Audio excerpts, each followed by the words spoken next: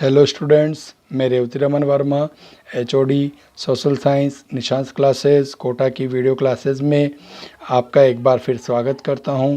पिछली दो क्लासों में हमने परिवहन एवं संचार तथा खनिज एवं ऊर्जा संसाधन के बारे में पढ़ा था।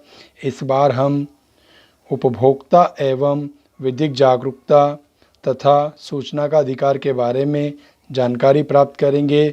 जैसा कि आपको वीडियो में नज़र आ रहा है, इस चैप्टर में से बोर्ड परीक्षा में 4 नंबर का एक प्रश्न पूछा जाता है। अतः इस वीडियो को ध्यान से देखें। यह वीडियो निशांस क्लासेस के ऐप पर उपलब्ध है और इससे संबंधित स्टडी मटेरियल आपको निशांस क्लासेस के ऐप पर PDF फाइल के रूप में प्राप्त होंगे। आज हम देखते हैं उपभोक्ता एवं विधिक जागरूकता तथा सूचना के अधिकार के बारे में जानकारी प्राप्त कर रहे हैं। तो सर्वप्रथम इसमें जैसा कि हमें नज़र आ रहा है कि इसमें उपभोक्ता का अर्थ बताया गया है। अगर हम उपभोक्ता का अर्थ सीधा सीधा लेते हैं तो इसका अर्थ होता है उप प्लस भोक्ता, अर्थात प्राप्त करके उपभोग करने वाला व्यक्ति उपभोक्ता होता है। परंतु इसकी परिभाषा जो होती है, जब व्यक्ति किसी वस्तु या सेवा का मूल्य देकर उसे प्राप्त करके उसका उपभोग करता है, उसे उपभोक्ता कहते हैं। दूसरी परिभाषा अगर हम देखते हैं तो खरीदी गई वस्तु या सेवा से लाभ या सुविधा प्राप्त करने वाला अंतिम व्यक्ति उपभोक्ता होता है। उपभोक्ताओं को 2 भागों में बांटा गया है। पहला माल या वस्तु का उपभोक्ता, दूसरा सेवा का उपभोक्ता। अगर हम उपभोक्ता शोषण, जैसा कि आपको टॉपिक नज़र आ रहा है, उपभोक्ता शोषण की बात करते हैं तो उपभोक्ता शोषण की परिभाषा होती है, व्यक्ति जब किसी वस्तु या सेवा का मूल्य देकर उसे प्राप्त करता है या किराए पर लेता है और ख़रीदने के अनुसार उस व्यक्ति को उस वस्तु से लाभ या सुविधा प्राप्त नहीं होती है, ऐसी स्थिति में उपभोक्ता का शोषण होता है। इसे उपभोक्ता शोषण कहा जाता है। उपभोक्ता शोषण के कई कारण हो सकते हैं, जैसा कि हमको नज़र आ रहा है। उपभोक्ता शोषण के कारणों की अगर हम बात करते हैं तो वस्तु या सेवा की गुणवत्ता या शुद्धता, मात्रा, मानक पर ध्यान दिए बिना वस्तु को खरीदने के कारण हो सकता है। वस्तु या सेवा के विभिन्न प्रकार उपलब्ध होने पर भी सही वस्तु का चयन नहीं होने पर हो सकता है। उपभोक्ता का अशिक्षित होने के कारण, खरीदी गई वस्तु का बिल प्राप्त नहीं करने के कारण, दूषित या हानिकारक वस्तुओं के विरुद्ध उपभोक्ता द्वारा लिखित व उचित तरीके से शिकायत नहीं करने के कारण, उपभोक्ताओं का संगठित नहीं होने के कारण, शिकायतों का शीघ्र निर्णय नहीं होने के कारण, इन सब कारणों से उपभोक्ता का शोषण हो सकता है। उपभोक्ता शोषण के अगर हम प्रकारों की बात करते हैं तो यह 2 प्रकार का होता है।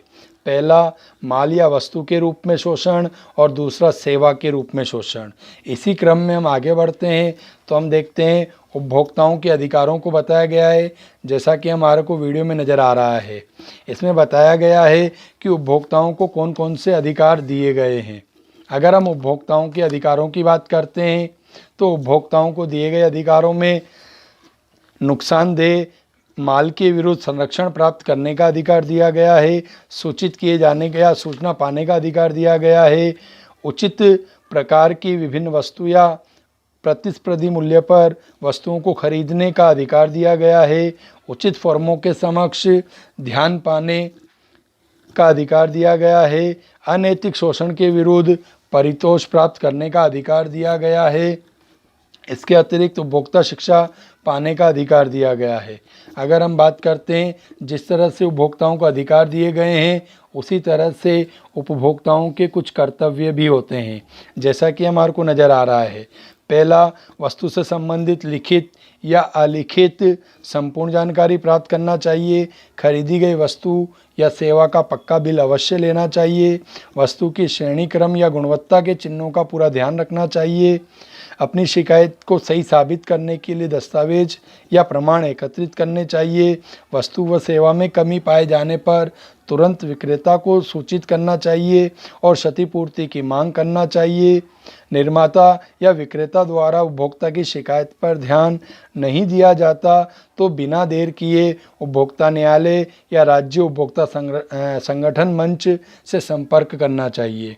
अगर हम उपभोक्ता विवाद निवारण की बात करते हैं तो उपभोक्ता विवाद निवारण के अंतर्गत भारत सरकार ने 24 दिसंबर 1986 को भारतीय संसद के द्वारा उपभोक्ता संरक्षण अधिनियम 1986 पारित किया गया। इसीलिए 24 दिसंबर को भारत में उपभोक्ता दिवस के रूप में मनाया जाता है। इस अधिनियम में 3 स्तर पर उपभोक्ता विवाद निवारण की व्यवस्था की गई है। पहला राष्ट्रीय स्तर पर, दूसरा राज्य स्तर पर और तीसरा जिला स्तर पर।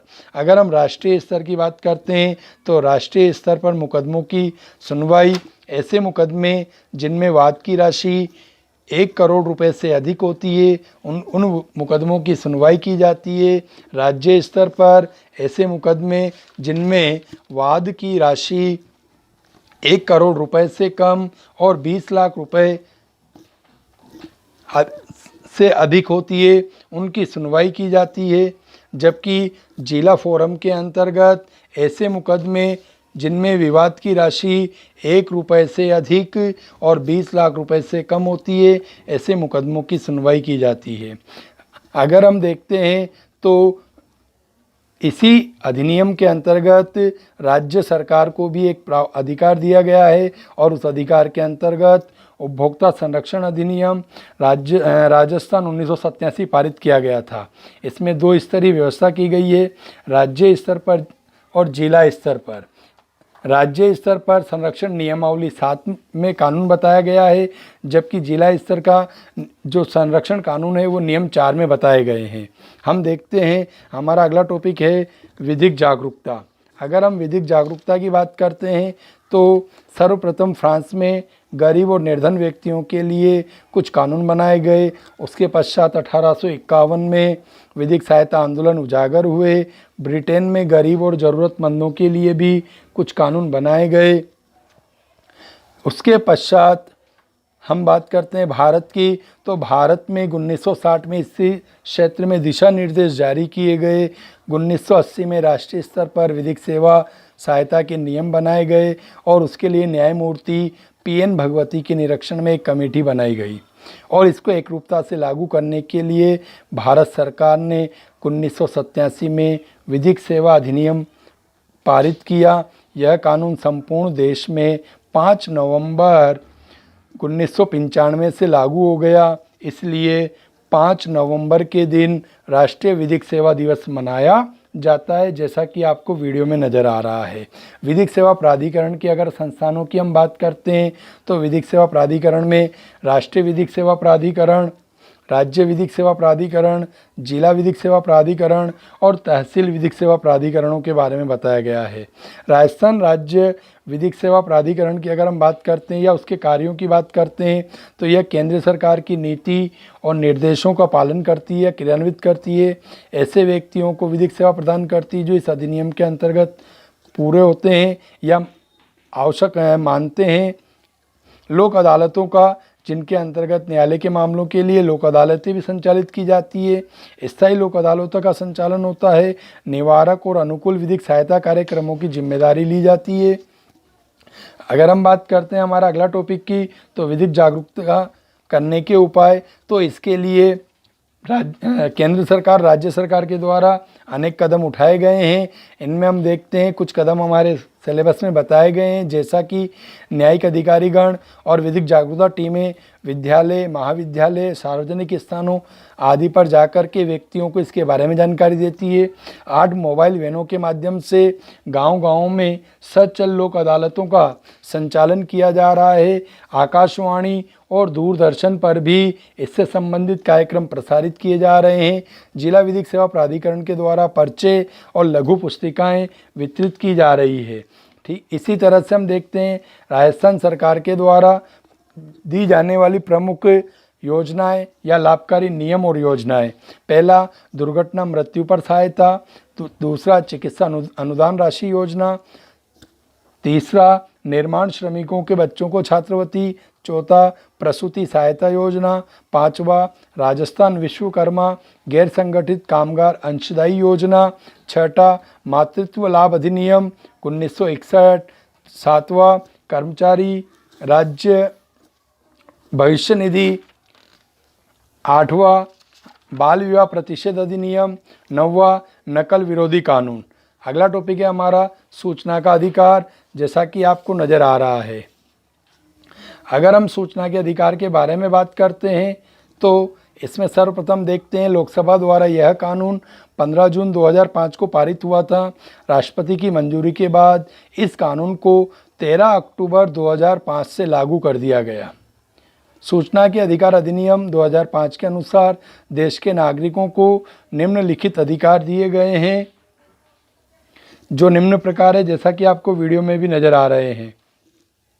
पहला, सरकारी कार्यालय से यह सूचना प्राप्त कर सकता है।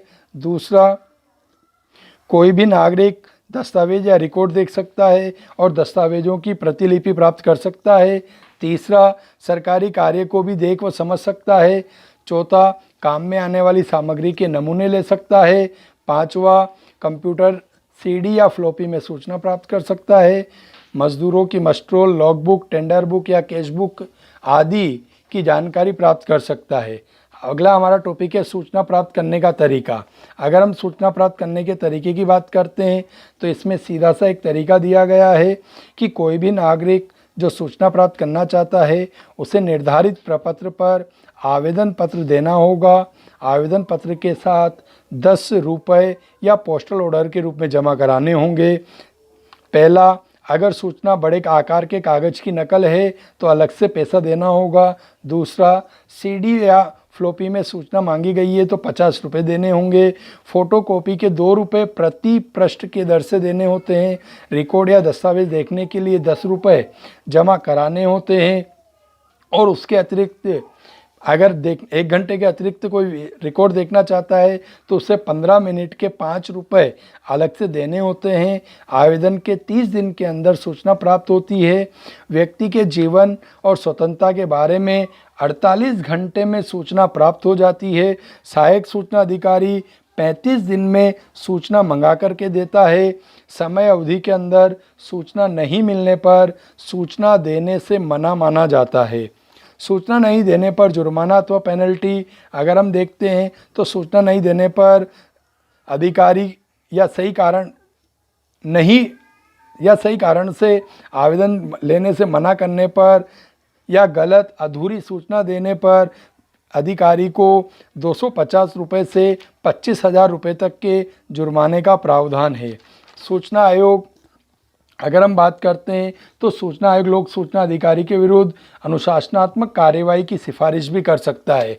अगर हम देखते हैं कि सूचना का अधिकार के अंतर्गत व्यक्ति को कौन कौन सी सूचना प्राप्त नहीं हो सकती, तो इसके अंतर्गत हम देखते हैं कि राज्य की सुरक्षा से संबंधित सूचना, सुरक्षा रणनीति, विज्ञान एवं आर्थिक मामलों की गोपनीय जानकारी, विदेशों से प्राप्त गोपनीय सूचनाएं।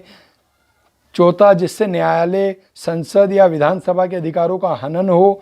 पांचवा, गुप्तचर, ब्यूरो, सीमा सुरक्षा बल, अपराध, जिससे ऐसे संबंधित सूचनाएं प्राप्त नहीं होगी। सूचना अधिकारी की अगर हम बात करते हैं तो सूचना अधिकारी ग्राम पंचायत में जिला पंचायत समिति, ग्राम पंचायत में सचिव या ग्राम सेवक, पंचायत समिति में विकास अधिकारी, जिला परिषद में मुख्य कार्यकारी अधिकारी, नगर पालिका में अधिशासी अधिकारी, राज्य सरकार द्वारा सहायता प्राप्त संस्था में मुख्य कार्यकारी अधिकारी, विश्वविद्यालय में कुल सचिव, सरकारी विभाग में विभागाध्यक्ष के अधीन वरिष्ठ अधिकारी, शासन सचिवालय में अगर हम बात करते हैं तो सचिव, प्रशासन सुधार विभाग से हम सूचना प्राप्त करते हैं। अगला टॉपिक है हमारा अपील का समय। अगर हम अपील के समय की बात करते हैं तो अपील का समय लोक सूचना अधिकारी से सूचना मिलने के 30 दिन के अंदर उच्च अधिकारी के समक्ष प्रथम अपील की जा सकती है। दूसरा, अपील अधिकारी, ग्राम सेवक की अपील सरपंच को की जाती है, विकास अधिकारी की अपील प्रधान को की जाती है, अतिरिक्त कलेक्टर की अपील जिला कलेक्टर को प्रथम अपील की जा सकती है। 30 दिन में सूचना नहीं होने पर दूसरी अपील राज्य सूचना आयोग में की जा सकती है।